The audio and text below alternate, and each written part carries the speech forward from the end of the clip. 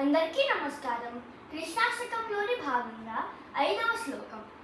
ఉత్పుల్ల పద్మ పత్రాక్షం నీలజీమూత సన్నిభం యాదవానాం శిరోరత్నం కృష్ణం వందే జగద్గురుం. భావం: గులాబీ లాంటి కన్నులు భక్తులపై చూపే ప్రేమ, కరుణను వ్యక్తపరుస్తాయి. ఆయన దివ్య శరీరం నల్లని మేఘంలా ఉంటుంది. కృష్ణుడు వల్లే యాదవ కులం ప్రసిద్ధి చెందింది.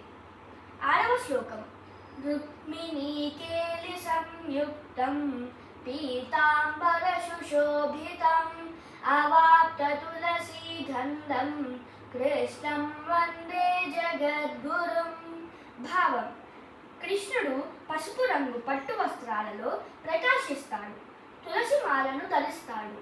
దాని వలన ఆయన నుండి మధురమైన తులసి సువాసన వస్తుంది. 7వ శ్లోకం. గోపికానాం కుచద్వంద్వా కుంకుమాంకిత వక్షసం శ్రీనికేతం మహేశ్వాసం కృష్ణం వందే జగద్గురుం. శ్రీకృష్ణుడు గోపికలతో ఆటలు ఆడాడు. లోకరక్షణ కోసం శాంగం అనే దివ్య ధనస్సును ధరించాడు. 8వ శ్లోకం.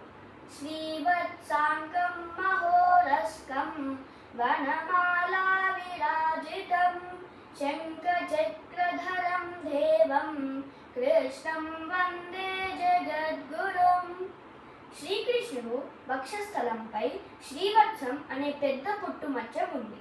శ్రీకృష్ణుడు అందమైన వైజయంతి అనే మాల ధరించాడు.